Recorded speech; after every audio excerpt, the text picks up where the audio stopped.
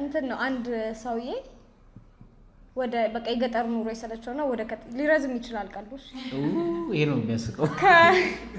ከገጠር ወደ ከተማ ይመጣል ከዛ ምግብ ምናምን ጭኖ ነው የመጣው ግመሉ ላይ እየመጣ ነው አንድ ፕሮስቲቲዩት ደግሞ ከደንበኛዋ ጋር ተነጋግራ ከከተማ እየወጣች ነው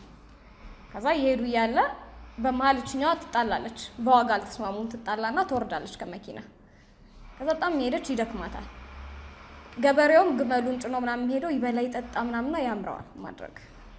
ከዛ በኋላ ቢያ ምንም የለም በቃ ግመሏን ልመቻቻት ይልና ድንጋይ ይደረድራል ከዛ ድንጋይ ይደረድርና ሲጠጋት ትሸሽበታለች አሁንም ድንጋይ ይደረድርና ሲጠጋት ትሸሽበታለች እና ለረጅም ሰዓት እንደዛ ቆይቶ ሰልችቶት ቁጭ አለ በቃ ከዛ ያቺ ከሩቅ አየችውና ይሄ ሰውዬ ምግብ ይኖረዋል ልጠይቀዋለች ፕሮስቲቲዩቷ